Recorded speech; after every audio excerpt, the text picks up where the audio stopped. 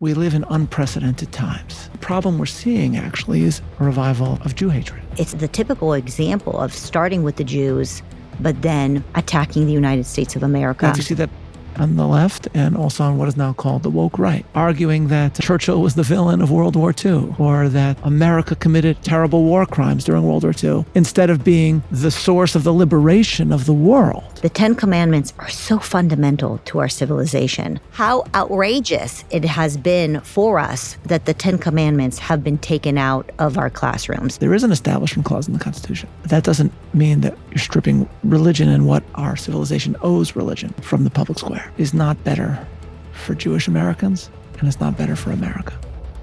Rabbi, welcome to PragerU. Thank you, glad to have you here. It's an honor to be here. I want to start by saying something that has been really sitting on my heart and I think is very important. People are spending a lot of time on social media. They watch all kinds of podcasts, and they're feeling fear and despair because most of what you see on social media is very negative. And for people like you and for me, we are so lucky because we get to interact with so many good Americans, good religious Americans, Catholics, Christians, Jews, truly the e pluribus unum that America was founded on. And so I don't think I feel that sense of fear and despair that people who just spend time on social media feel.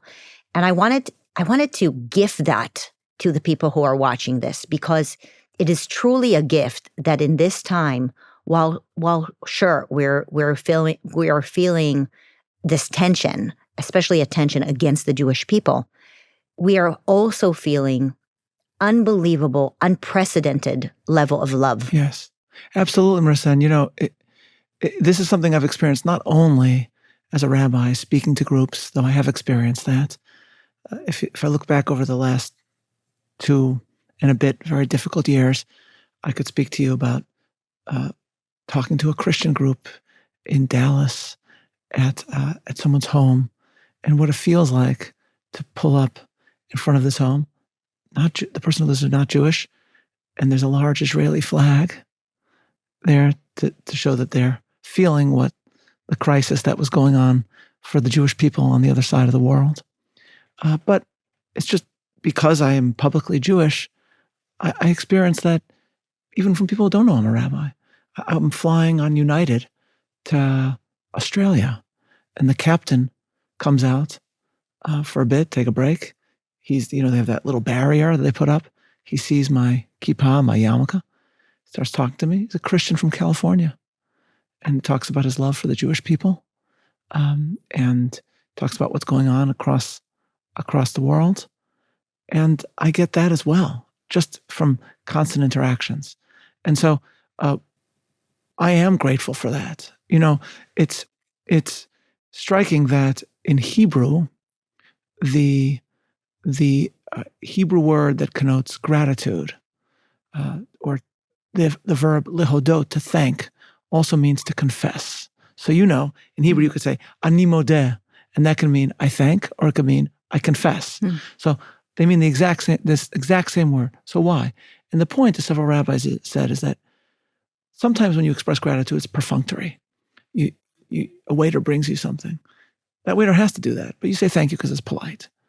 But a true expression of gratitude involves a confession, which is, I had no right to expect this kindness. And especially if you think about what the Jewish experience has been throughout history.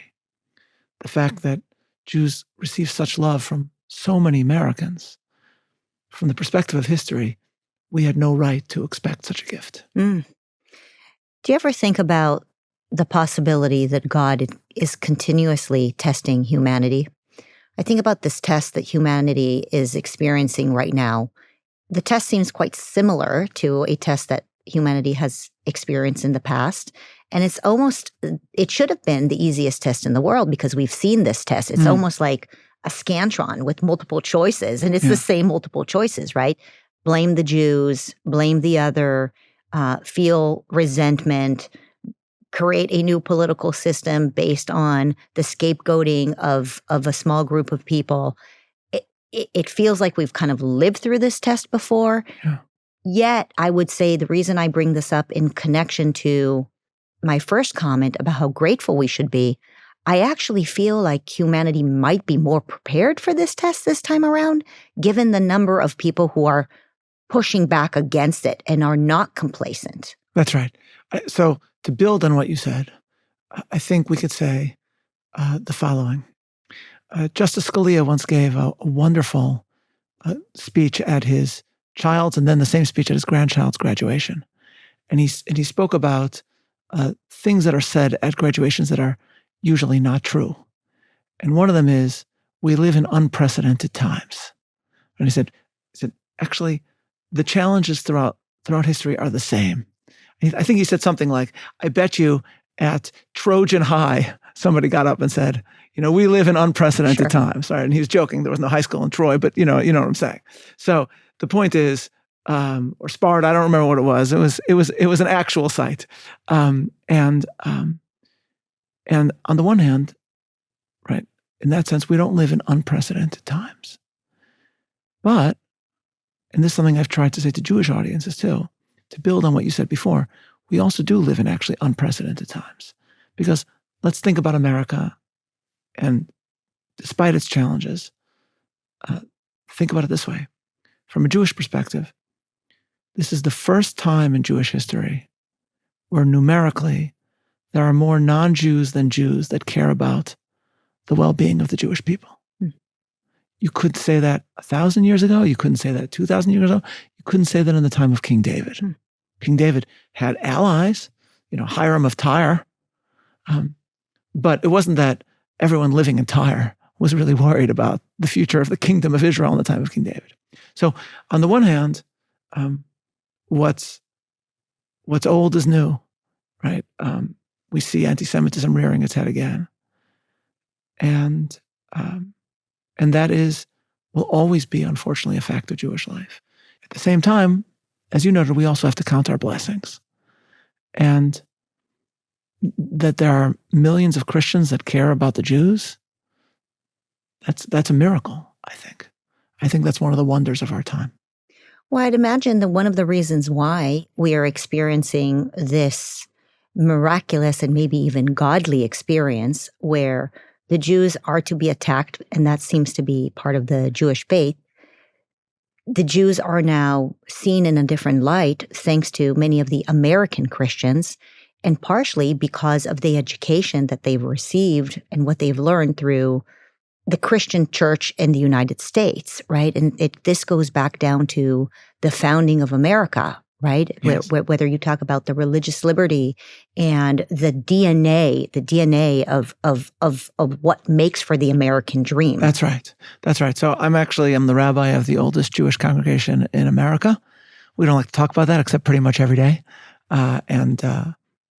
We go back to 23 Jews that arrived in New Amsterdam. That was what New York was called in 1654. Wow. 1654. And the members of my community served in the Revolution, knew some of the founders, and the entire history of the congregation is bound up with the story of America.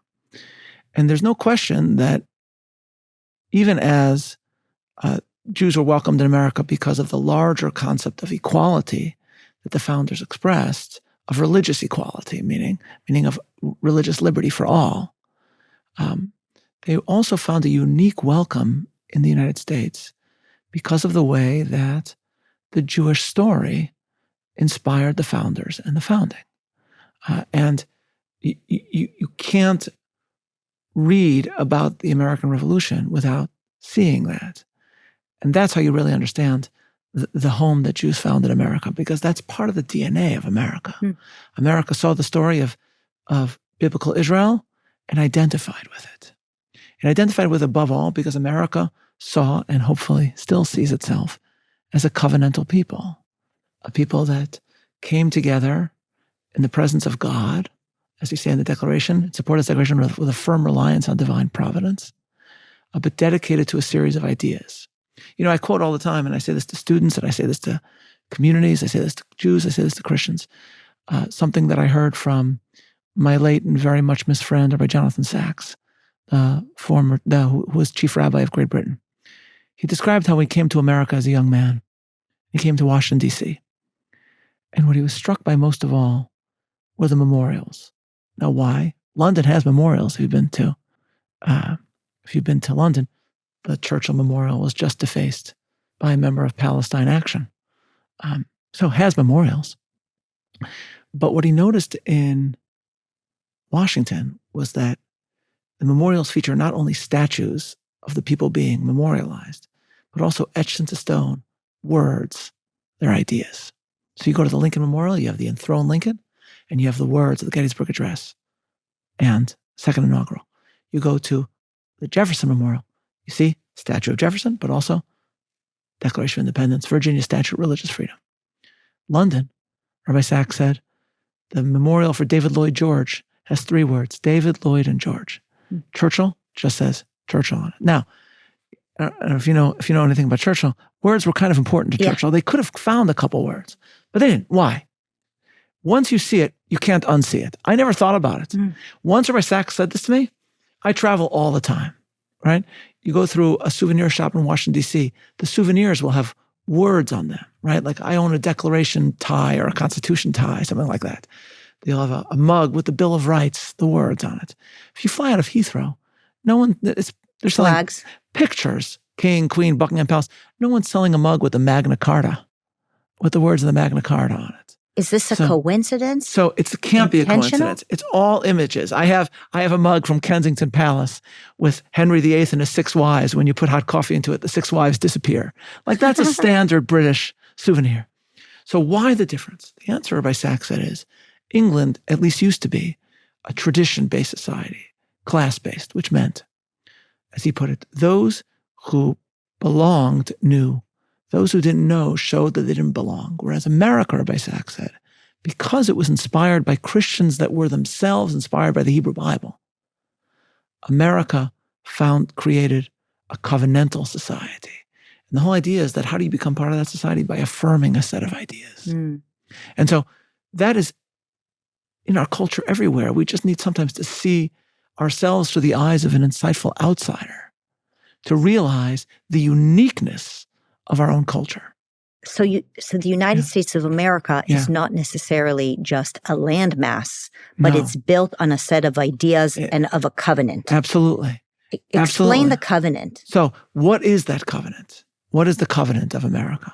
It is first and foremost what is at the heart of the Declaration of Independence, that all men are created equal, endowed by their Creator with certain inalienable rights. And everything that goes along with that, religious freedom, limited government, all the other things flow from that. But that at the heart is the covenantal creed. And that's why you'll see the founders and Lincoln will use Hebraic language to describe America. So Lincoln called America an almost chosen people. That's Lincoln's word for America. That's his phrase for America. And the founders themselves, George Washington, very famously wrote to the Jews of America. He actually wrote several letters. The one that everybody knows is the one that he wrote to the Jews of Newport. That's very famous. But he actually wrote to a Jewish community before that, because Marissa, when Washington was sworn in, each minority religious group got together and sent Washington a letter. So all the Catholics sent Washington a letter, the Quakers sent Washington a letter. But the Jews couldn't really agree who would send the letter. So they sent him 3 letters. There's like 1,000 Jews in America, 3 letters. Mm-hmm. So the Jews of Savannah wrote Washington first. And Washington wrote to them saying, you have equal rights, of course. And then he added, saying essentially that may the God who's miraculously took you out of Egypt, whose miracles have been so manifest during our late revolution, continue to bless you. And may he cause all the inhabitants of this land to share in the blessings of that people whose God is, and then Washington wrote the Hebrew name of God that traditional Jews don't pronounce. Mm-hmm. So Washington is saying, we are inspired by your story. Your story is the story of a covenantal people. And we see ourselves as a covenantal people. We are not just a nation that is founded because of grievances that we have against Great Britain, though, of course, they did have that. but something entirely new came into being that represented something new to civilization. And that's why they kept coming back to the Hebrew Bible. And we can't see the Jewish story in America and, in many circles, the Christian embrace of Jews in America without knowing about how that Hebraic aspect, the link to the Hebrew Bible, the inspiration from the Hebrew Bible, is really part of the DNA of the United States from before its founding. So what is your reaction when people say this is a Judeo-Christian country or America is not a Judeo-Christian country? Yeah. How would you define that? So what I would say is that the American creed is certainly inspired by the biblical tradition that Jews and Christians share and embrace. It doesn't mean that all Americans have to be Jews and Christians. But it does mean that this tradition played one of the seminal roles in inspiring the founding. And I believe that ultimately, what is at the heart of the American creed, that we are all created equal, is really only justified based on the notion that we are all male and female created in the image of God. If you look to the other traditions that inspired the founders, Greece, Rome, they had no notion of human equality. Mm-hmm. On the contrary, as my teacher, the great Catholic intellectual Rabbi George, has pointed out, Aristotle's politics is founded on a rejection of equality. There's an amazing series of letters that John Quincy Adams wrote to his son about the Bible. His son was named George Washington Adams, though I think John Quincy's father, John Adams, was a little upset that it wasn't named after him. It was named George Washington instead. You could see that. It's what happens when you send your son off when he's 14 years old. Well, he was a very bright young man, He was a very bright young man. Listen, my wife and I have 6 kids. I've thought about, farming out some of my kids as secretary to the American ambassador in St. Petersburg. I've thought about that or something, wherever he went. But he wrote to his son, he wrote something about how, for all the genius of the civilizations of Greece and Rome, their notions, he describes what their notions of the gods were. And then he wrote, but in the Bible alone it is written, in the beginning, God created the heavens and the earth. This concept was revealed in the book of Genesis. And of course, he's inspired when he said that by his father, John Adams, who wrote to Adrian van der Kemp, Dutch figure, something like, I believe mankind is indebted to the Hebrews more than any other nation. Even if I were an atheist who believed that all was brought about by chance, I believe that chance had chosen the Jews to preserve and propagate the concept of an all-wise, all-knowing creator of the universe, which I believe to be the foundation of all morality and consequently all civilization. It's pretty significant. So it's very significant. And therefore, it's no coincidence that the first statesman in the history of modernity to dream of a Jewish restoration to the Holy Land was John Adams, who wrote to a member of my community, Mordecai Emanuel Noah, in 1819, I have always longed to see the Jews restored in Judea an independent people. So that doesn't mean that every single figure in the United States that played a role in the revolution felt the same way about Scripture. Sure. I'm not going to make the case that Tom Paine thought the same way reverentially about Scripture. I'm not going to make the case that Tom Paine was, certainly not going to make the case that Tom Paine was a traditional Christian. But this is there in the DNA of the founding. And so when you ask what sort of people is America, America is on the one hand a diverse people, and we have religious liberty for all, no matter what they believe. At the same time, I would argue that the core of the American idea is defended and justified, first and foremost, by the biblical notion that Jews and Christians share, that we are all created in God's image. That's the foundation. So given that the Bible is essentially the core of America's DNA and operating system, just to use maybe a Gen Z term, if you take out the core, then you take out the operating system, the system doesn't exist anymore. It doesn't know what it is. With that said, we believe in religious freedom. Yeah. And so, Rabbi, how do we reconcile, on the one hand, the fact that this is a Christian country that has been built on, I guess, Hebrew Bible roots as well as the gospel, and on the other hand, the fact that there is separation of church and state, and you have religious liberty, and you can worship however you want, in an era where now, 250 years after our founding, it is not so much in the culture to live a religious life. I wonder whether the founders thought that the Bible, that prayer, that religion would ever be taken out of the culture in the way that we are now living. Yeah. So much to say, so much to say. So I think first, it's important to stress that at the founding, while America, of course, was predominantly Christian and predominantly Protestant at the founding, the founders believed from the very beginning that there would be religious liberty for all, and they also thought that that would actually be a source of strength for the flourishing of religion. And that's been true through a great part of American history. I cite often from a signer of the Declaration, Benjamin Rush, the doctor in Philadelphia, one of the most famous Americans at the time of the Revolution. He describes in an amazing article the parade that they had in Philadelphia on July 4th, 1788, to celebrate the ratification of the Constitution. And he says that the clergy of America of Philadelphia took part in the parade to show, as he said, the relationship between religion and good government. So on the one hand, we don't, just because it's freedom of religion, that doesn't mean that we remove religion from the public square. This is not post-revolutionary France, where we're just making everything secular. On the other hand, he notes that pains were taken to link ministers of diverse views, right, to show that there'd be freedom. And then he describes someone who wasn't Christian. He says, the rabbi of the Jews walking arm in arm with the ministers of the gospel was a most delightful sight. And he said it was an embodiment of our new constitution, which opens its offices not just to Christians, but it's to men of all faith, something like that.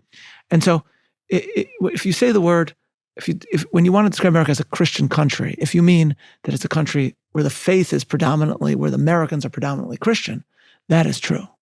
The creed, right, is rooted in the Bible, but is open to all. So in that sense, I would say that's how I would describe the American creed. The creed is open to people of all beliefs, while rooted in a concept that goes back to before Christian scripture, to the Hebrew Bible. So in that sense, it's rooted in Hebrewism. That's how I would describe it. Now, it is true that we are now living in a time where the Bible has disappeared from much of public life. So since we're in California now, let me tell you a little California story. So I love the movie The Ten Commandments. I'm sure a lot of those that are watching have seen Ten Commandments with Charlton Heston. Okay. Do you know, Marissa, what happened to the tablets that were utilized in the filming of the Ten Commandments? So Cecil B. DeMille, when he was filming this, he filmed it in the Sinai Desert. He literally went to the place that was, many believe is Mount Sinai, and he had them carve out 2 tablets of stone from Mount Sinai for use in the film. And when he got back, he gifted it to Mount Sinai Hospital here in Los Angeles. Oh, like the Cedar Sinai? What was originally Mount Sinai. Okay. I'm getting to Cedar Sinai. Okay. And so there's a photograph of a ceremony featuring Cecil B. DeMille and the governor of California, Ronald Reagan, along with, I think, Pat Nixon, of them affixing the Ten Commandments from Mount Sinai on the outer wall of Mount Sinai Hospital. So, of course, now the tablets of Moses are going to be, or Charlton Heston, are going to be on Mount Sinai. So what happens? Mount Sinai became Cedar Sinai. And there was an earthquake or something. It was put into storage and totally lost and forgotten. Decades later, they're doing inventory of their modern art collection. And all of a sudden, the curator says, find something that's anything but modern. Yeah. And he says, what is this? And they realize what it is. So there's an article about it. I read about it because I'm really into the Ten Commandments. The movie. I mean, the actual Ten Commandments are also good, but I really... That's good to know, Rabbi. I really like the movie. And so now a friend of mine, the chaplain at Cedars-Sinai, Rabbi Jason Weiner, do you know him? Calls me up. They want me to come give a talk.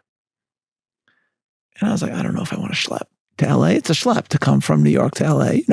You've done it. Really good rugelach here, according to my friend, Father Sirico. We have rugelach in New York, but okay. So, and then I said, wait a minute. Aren't you the guys that have the tablets of the Ten Commandments? And he said, yeah. And if you come, you can hold them. And there's a picture of me holding the tablets of the Ten Commandments. I really wanted to throw them, But what a metaphor it is, right? Tablets that were once affixed at the very heart of the culture, lost. Well, why aren't they hanging it at the hospital? So maybe they will now. Maybe they will. Now that I've worked so hard to popularize it. Yes. I think my friend, the rabbi, might want to do that. But the truth is that we can't rely. It is true, as Alexis de Tocqueville wrote, that actually freedom of religion has always fostered the flourishing of faith in America. But law is not enough to sustain culture. So I quoted Rabbi Sachs. Rabbi Sachs has also noted that if you study the book of Exodus, one of the most striking things is that when Moses is preparing Israel for freedom, he's telling about the plague of the firstborn, Paschal offering. He then doesn't say, okay, now here are the laws of the new Israelite Commonwealth. Here's the political laws. That's going to come. He does it in Deuteronomy, a little bit later in Exodus. He says to them, and now here's how you're going to remember this every year.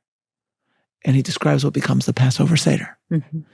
And you shall tell to your child on that day, because of this, God did for me when he took me out of the land of Egypt. And the point Rabbi Sachs said is, Moses was doing this now because he was teaching them. It's one thing to achieve freedom, political freedom. It's another thing to sustain a free society. Mm. And so I say this as a political conservative. One of the mistakes I think conservatives made is that we thought often only about law. And law is important, don't get me wrong. We thought about politics, who's getting elected. We thought about constitutional interpretation, who's getting appointed to the Supreme Court.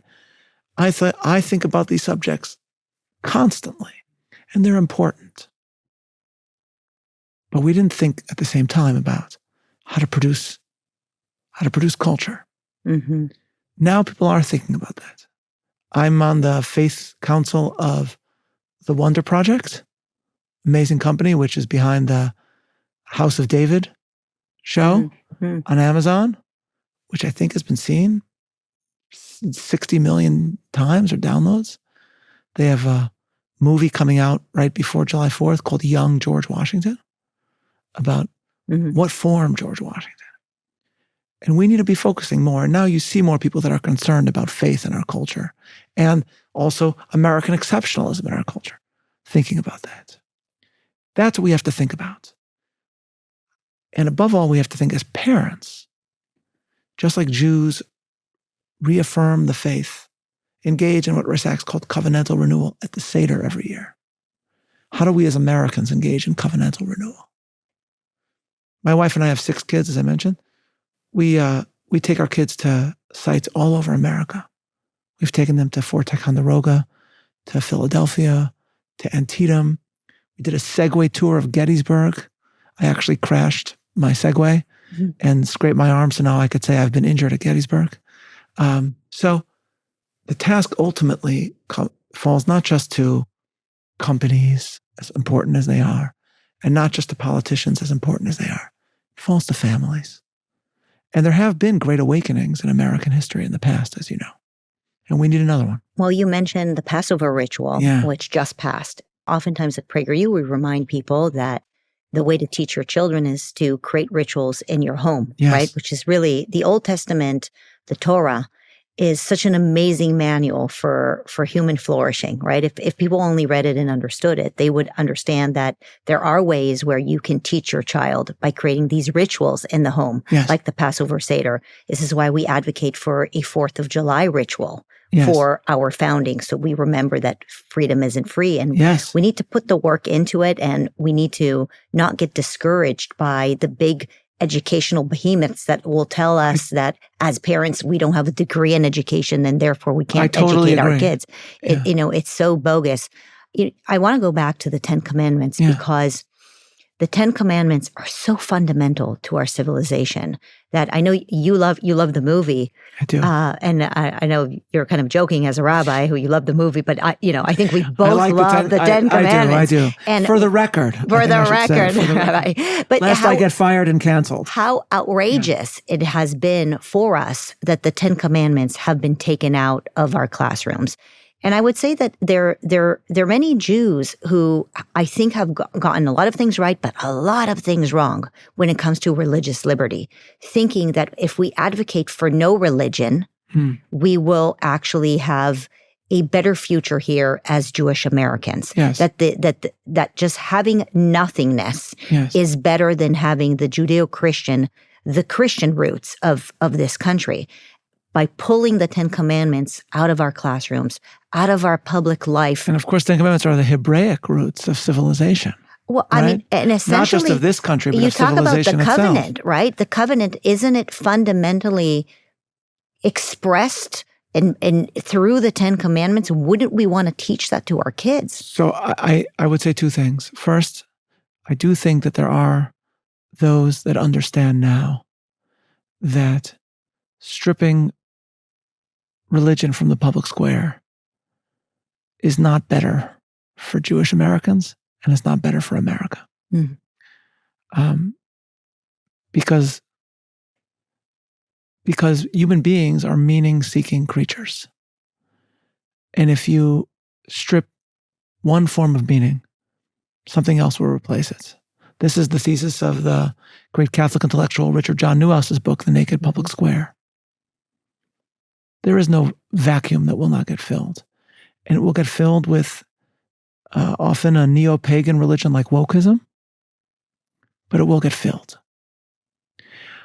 On the legal level, just as we've seen now with the current Supreme Court, an expansion of religious liberty rights through the reversal of some erroneous decisions in the past. I'm on the board of what I think is the premier and religious liberty law firm in America, the Becket Fund.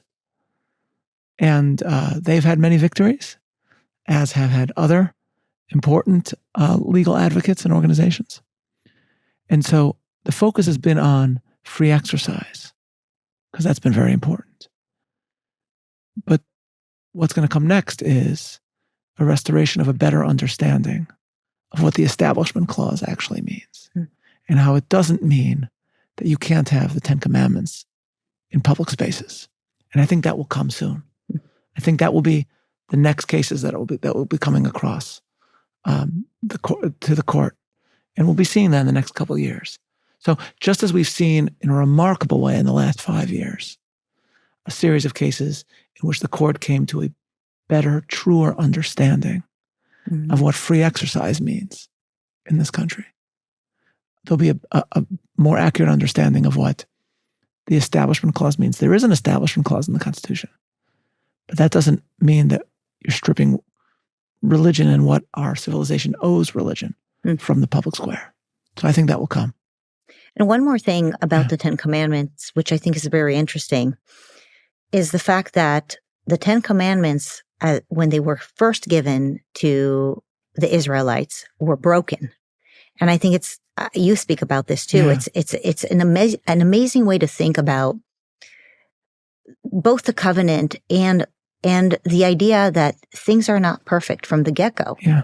So I often, as strange as this may seem for a rabbi talking about the 10 Commandments and the tablets, I often like to cite, as an example, Japanese pottery. So I'm kind of a Japanophile. Okay. I don't know if you knew that about me. I ate a lot of sushi. Been to Japan a couple times. And my own family history is intertwined with Japan in an interesting way.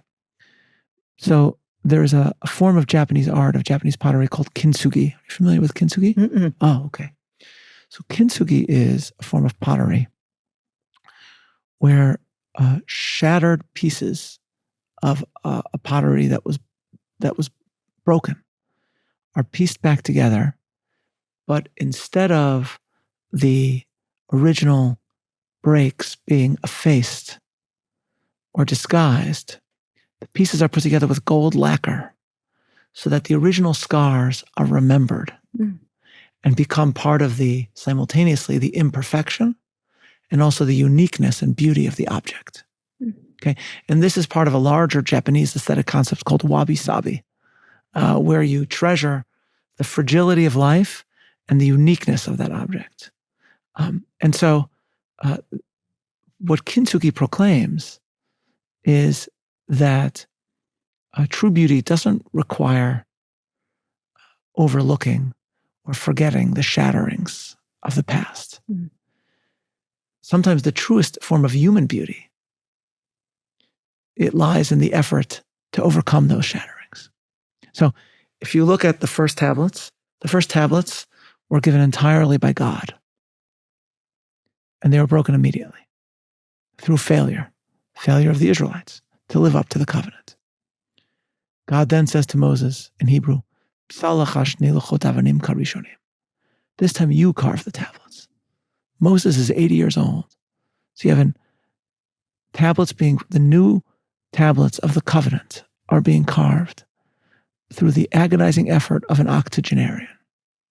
And then God says, you carve them and I will write the words. And these tablets embody a combination, a partnership between man and God. God doesn't do everything. He relies on human effort as well. So if you think about Jewish history,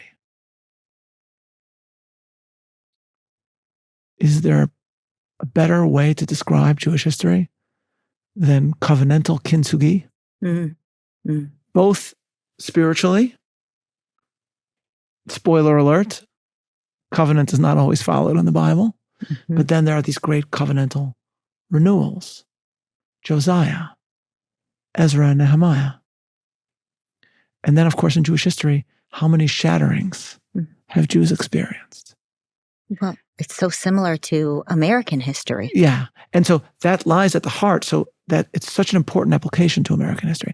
Because when were the second tablets for Jewish tradition given? On Yom Kippur, right? That is why Yom Kippur exists, the Jewish Day of Atonement.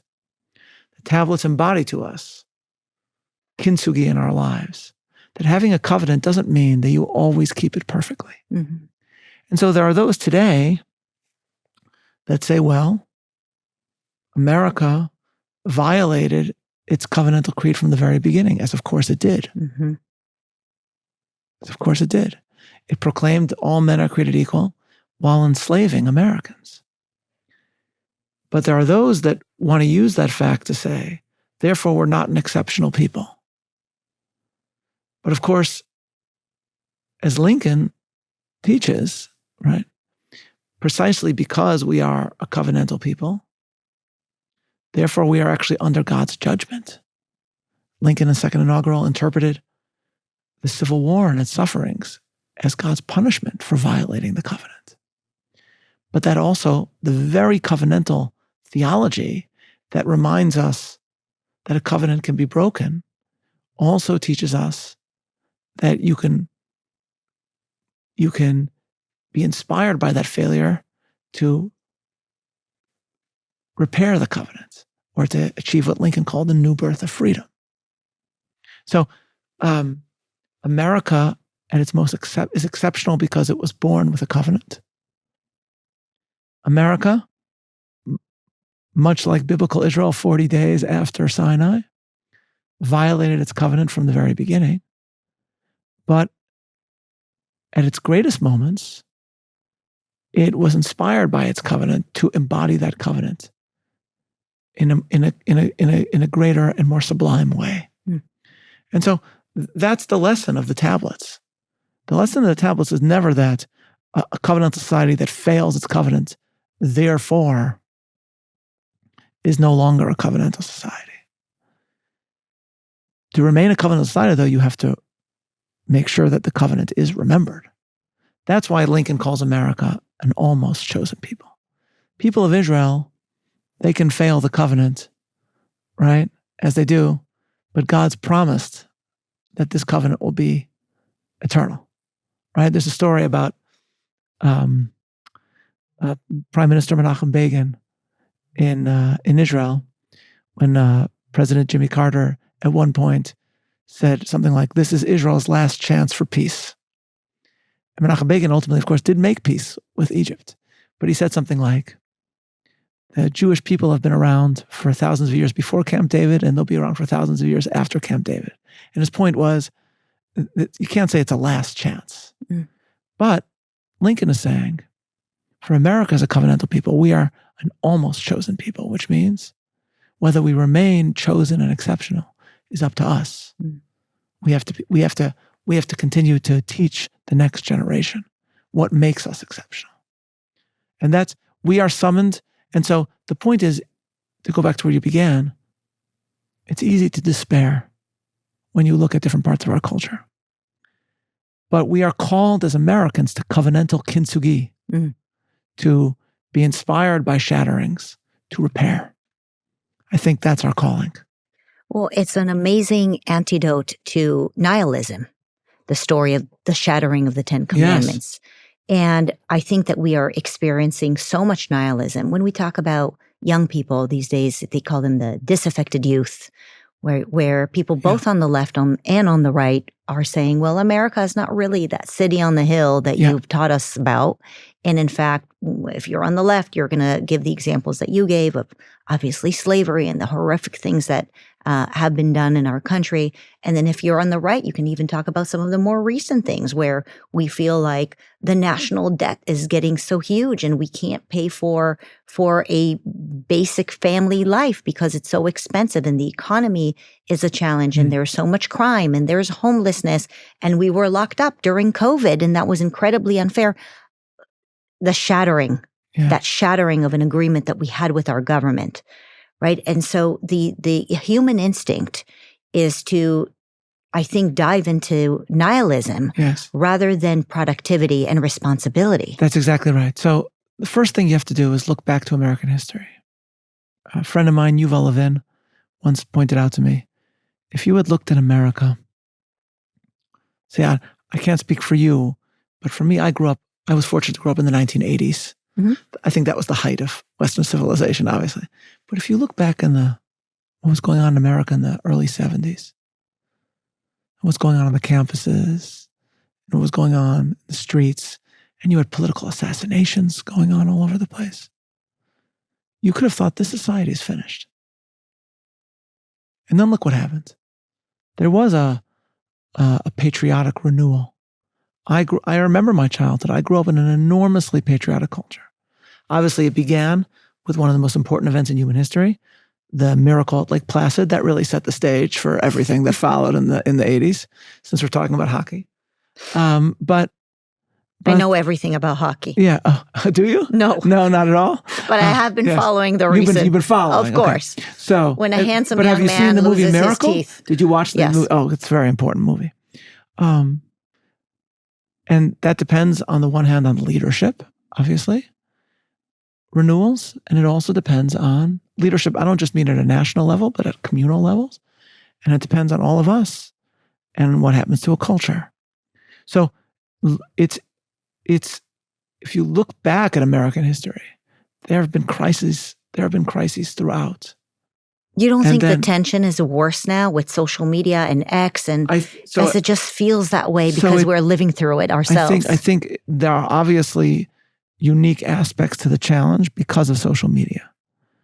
But if you go back and, let's say, read about the election of 1800, Adams versus Jefferson, it sounds a little like our time. There were Democratic Republicans and Federalists, and they hated each other. And you didn't have any objective media. You had Federalist newspapers and Democratic Republican newspapers, and they were writing like the most vociferous things, right? That if Jefferson is elected, you'll have children writhing on a pike, right? And if Adams is elected, if Adams is elected, he'll restore monarchy, right? It sounds a lot like tribalism always existed. It sounds a lot like what we're seeing. It sounds a lot like what we're seeing. Wow. And we're blessed to have a constitution that actually, on the one hand, has federalism so that we can allow for differences, right? Think about what might have happened during COVID if we didn't have federalism. I know you and I live in New York and California, but think if there was no Florida. Yeah. So federalism means you can actually allow for difference and disagreement. And the Constitution is founded on the notion that there will be disagreements. That's at the heart of the Madisonian vision. And with the exception of a civil war from 1860 to 1865, this is the longest continuous democracy in the history of the world. We think of ourselves as a young country. It's the longest continuous democracy in the history of the world. And we need to be grateful for that. I think the problem we're seeing actually is not so much nihilism, but just anti-Americanism or self-hatred. And you see that on the left and also on what is now called the woke right. It expresses itself in different ways. But that's why it's gone hand in hand with a revival of Jew hatred. Because since, as I've made the case to you, the story of the Jews was so bound up as an inspiration with American exceptionalism. Really what's being attacked here is not just the Jews. It's American exceptionalism itself. So on the woke progressive left, 1619 Project, etc., you'll see things that argue ahistorical arguments about how actually the founding was evil. And on the woke right, you'll see, instead of the 1619 Project, you'll see what Rebecca Heinrichs has described as the 1939 Project. The woke Reich. The woke right. That arguing that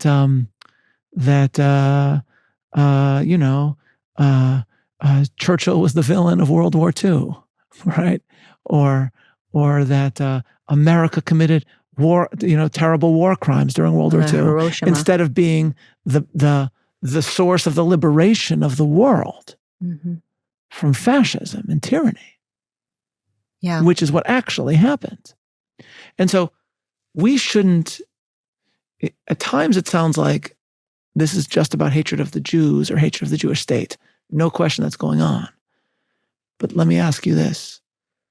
After October 7th, right, there were those that stood with the Jewish people and those that didn't. Those that stood with the Jewish people, like I described the amazing, and that stood with Israel at its moments of most terrible suffering. I described to you those Christians in Dallas whose home I visited. Those people were incredibly patriotic Americans. You look at a pro-Hamas rally at a college quad. Are they waving American flags? No. A lot of times they're desecrating American flags. So when people ask me about this, even when Christians ask me about this, we began by discussing Christians that, reached out to you or to me. And it's very much appreciated. But it's not just about us. One of my favorite stories in American history it's in one of my favorite books, David McCullough's biography of Harry Truman. And there's a story about Harry Truman as, in the Capitol as vice president. And all of a sudden he's rushed to the White House. And he walks into a room and Eleanor Roosevelt is there. And Eleanor Roosevelt says to him, "Harry, the president is dead." He doesn't realize what that means for him. He's just a nice person. So he said, "Is there anything I can do for you?" And she looks at him and says, "Is there anything we can do for you? Because you are the one who's in trouble now." And so when Christian leaders say to me, and they've been saying this to me over the past 2 years, "Is there anything we can do for you?" It's much appreciated. But I feel like saying, we, all of us, Americans, we are the ones who are in trouble now. Because this is not just about the Jews. It's actually a hatred of America. So it's less nihilism than self-hatred.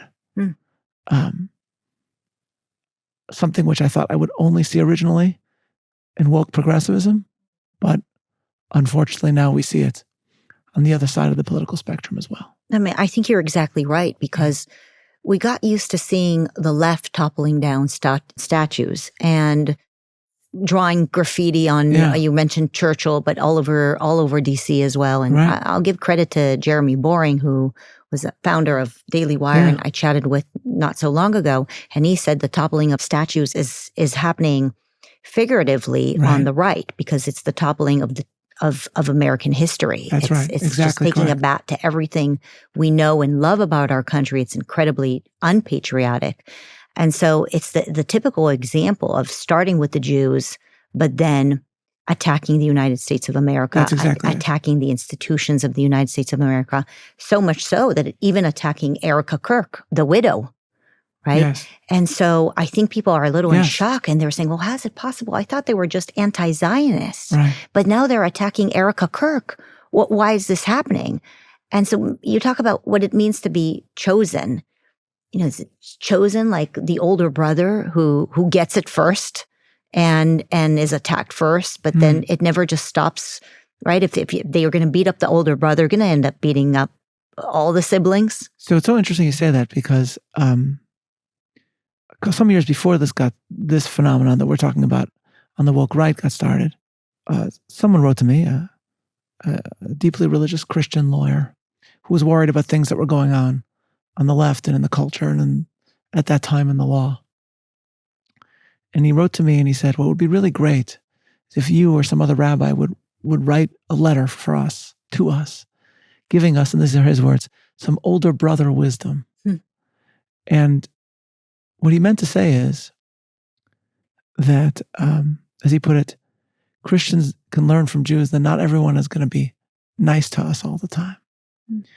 And the Jewish history is an example of people preserving a covenantal culture against those that sought to destroy it. That's the older brother wisdom he was talking about. And now we see this as exactly as you say, it's an assault on our covenantal culture. And as some people have said openly, this is not just about the Jews. They've said openly they hate Christians. There's very famously Tucker said that he hates or dislikes Christian Zionists more than anybody, something like that. And this is not just about a couple million Jews in America. This is about the tens and tens and tens of millions of Christians that love the Jewish people, love the state of Israel, and who are themselves, and this is the critical point, reflective of the Hebraic the connection to the Hebrew Bible that goes back to the early story of America. Because actually this is just part of American history itself, and it's bound up with American exceptionalism. And so that's what's hated here. It's the exceptional nature of America. We see it now coming from two different directions. And again, as you said, the response can never be despair, but it can't just be shock and horror either. Shock and horror are important, but we have to have two responses. Well, beyond that, one, as Seth Dillon has said recently, mockery at times is important. If people are saying things that are manifestly preposterous, ahistorical, we need to not just refute it, we need to mock it to show how ridiculous it is. That's why sometimes, as I said to Seth when he testified before my government commission, it's striking that sometimes someone running a parody joke newspaper is actually one of the clearest speakers of truth, because we live in so much chaos. So much chaos and such preposterous things happening. And then we have to recognize the opportunity we have. This is the 250th anniversary of the American founding. We need to think about what we can do, exactly as you say, to create rituals, to create covenantal renewals. And yes, what does it mean to do that in an age of social media? What does it mean to do that in the digital era in which we live? That's a hard question. It's a hard question. My kids, we're old-fashioned family. My kids still read books, and old books and great books. So I don't know if you read growing up The Little House on the Prairie books by Laura Ingalls Wilder. There's an amazing chapter, which I think preparing for this July 4th, every parent should read to their children. And it's a description of the July 4th celebration in De Smet, South Dakota, where they lived. It's a tiny town. And somebody reads the Declaration of Independence. And then they all sing, "My Country 'Tis of Thee," which is, the tune to it is the anthem of Great Britain, God Save the King. The point is that our king is not a human king, right? So it ends with something like, "Let music swell the breeze and ring from all the trees, sweet freedom song. Long may our land be bright in freedom's guiding light. Protect us by thy might, great God, our King." So it ends, and they write in Little Town on the Prairie, something struck Laura at that point. God is America's king. And then there's a whole reflection about it. So on one of my podcasts, I just read that. I was actually giving it was a podcast series on the Jewish prayer book. And I was speaking about, what does it mean? We speak about God as our great king. What does it mean to do that? So I quoted this. And I immediately got an email from a family listener that says that they saw that as like amazing, maybe providential, because they had just read that to their daughter. So we need to read these things to our kids. Our cultural literacy. Our cultural literacy. We need to rediscover that. Yeah. We need to show them the second episode of the HBO John Adams series. Well, we re-sign the Declaration of Independence every 4th of July. Yes. I try to make my signature as large as possible. So it's so funny you say that. So we recently had a holiday, Purim. So we give gifts of food, right, on Purim. And as you know, people do like different fun themes to those gifts of food. So we once did an American theme. So we gave out the two foods we gave, and we had like an American flag bag, and we gave Sam Adams beer and Yankee Doodles. Okay? And then we attached to it the archives, and you can still find this. The National Archives has a thing where you can print a copy of the Declaration that looks like the Declaration. Or you can find it on PragerU. You have that too. Yep. So everybody should do it on PragerU. That's right. It's great. And it's amazing you think about it, because that is what it means to be an American. To be a member of a covenantal people is to figuratively put your name on the Declaration of Independence. Our response, to go back to Jeremy Boring's point he quoted, if people are figuratively toppling statues, we need to figuratively have our kids sign the Declaration and become part of that story. That's our obligation. You mentioned one of the ways to make sure that we combat the despair. Yeah. One of my ways is to actually listen to you on your podcast. Poetry and Prayer. Poetry and Prayer. And the reason I love listening to it is because it's about the Psalms. And so every episode, you recite the Psalms and you explain it. And, there is something incredibly timeless and healing in those Psalms. It is hard to imagine that it was not given to maybe King David by God because of how powerful and transcendent it is. So I want to offer it to people who are listening as a way to reconnect. And maybe you can give us a little taste of it, given that we're about to run out of time. But I just think it is so beautiful to learn about the Psalms and really get into some of them. So why is studying the Psalms so important? And why is it different than other biblical books? And why does it have that impact on me when I listen to it? So I think the answer is this. So there's a book by Thomas Cahill called The Gifts of the Jews.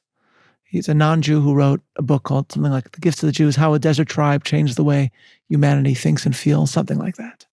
So he wrote, I don't think it was in his book, but maybe in an interview about the book, he spoke about David and the Psalms, and he said like this.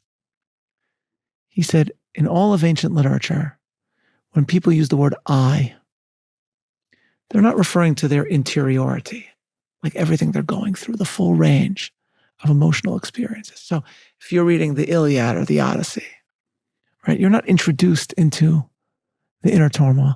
In literature, far into the future, you will, Shakespeare will give us what Hamlet is going through, right? Or Macbeth. but in the ancient world, not. And even in much of the Bible, right? What's Moses feeling at a specific point? He's not telling you. Mm. He doesn't suddenly pause and do like a Shakespearean soliloquy. But with David, you will see him going through every part of the range of human experiences. And he makes God part of every part of it. So you'll see him when he's fleeing from Saul as a young man. You'll see him at the height of his success when he's establishing his kingdom in Jerusalem. You'll see him at the lowest point in his life when his son Absalom has rebelled against him and he has to flee. The biggest pain you can imagine. And I just did one, which is just so beautiful, Psalm 71, which is, if you look carefully, it's all about David saying, God, you were with me when I was young, and now, it says in Hebrew, Al tashlicheni la'et zikna, do not abandon me in my time of old age. So now you're seeing David not as the mighty warrior, but as the king we meet at the beginning of the book of Kings, who's old and is at death's door, and is making God part of the struggle of aging. And so what Cahill writes is that the Psalms are the sole reminder from ancient literature that thousands of years ago, people laughed just as we do, wept just as we do, raged just as we do. That the whole repertoire of human emotions, that our whole repertoire of emotions was theirs. And that's true. But unlike Shakespeare, David makes God a part of each one part of it. So David is showing us, how does a person of faith take us through this? The article that I wrote, I'll conclude with this. The article that I wrote, I've written a bunch of stuff. The article that I wrote that got more response, Jewish and non-Jewish readers, than anything else, was the story of an Israeli by the name of Yossi Hershkovitz, who was a very talented Israeli educator who also taught in America, so had many friends in America. He was serving in the Gaza war. And one night, they were just sitting like in the pitch dark in Gaza after a day. And a friend of his, by the name of Golan Vach, who was serving with him, heard him humming to himself. So he was also a gifted musician, violinist. So he said to him, Yossi, he says, what are you humming? He says, something I just composed. So he said, when did you compose it? He said, while we were walking. In other words, while they were, in Gaza. So he says, well, sing it to me. So he sings them, and the words are very old. Tune is new. And it's, yea, though I walk through the valley of the shadow of death, I will fear no evil, for thou art with me, in the original Hebrew. So there they are in battle, in the valley of the shadow of death. And they're singing this. Very soon after that, Yossi Hershkovitz falls in battle. And his friend Golan Vach is overcome by a double loss because he's lost his friend and he can't remember the song. And then at the funeral, it comes to him. And so we have a video of him teaching it to Yossi Hershkovitz's family, which is a musical family. He takes out his guitar and he sings it to them and gives them as this gift the last song their father and husband composed. And then the son comes to New York, to the community that knew his father as an educator, and sings that tune. But now think of how those words take on a new meaning. Yea, though I walk through the valley of the shadow of death, I will fear no evil, for you are with me. Ultimately, of course, God, our Father, and also his Father. And it shows how these words remain as relevant today. You had David sings those words as he was battling his enemies. And thousands of years later, a man is singing the very same words and, like David, composing a song in the same place, battling enemies. It reflects the miracle of this text, as you say, the divinely inspired nature of this text, but also their relevance to our daily lives. There's nothing like the Psalms. Yeah, well, I completely agree. And as we continue to walk through everything that we experience with our human condition, I just want to end again with how grateful I am that you're here, and how grateful I am to the many, many, many people who've come up to you and come up to me and want to fight for our great civilization and want to protect our great country, the United States of America. And if we are going through this test, and if it is a test by God, may we win this time. May we not fail. Amen to that, Marissa. Amen. Thank you for having me.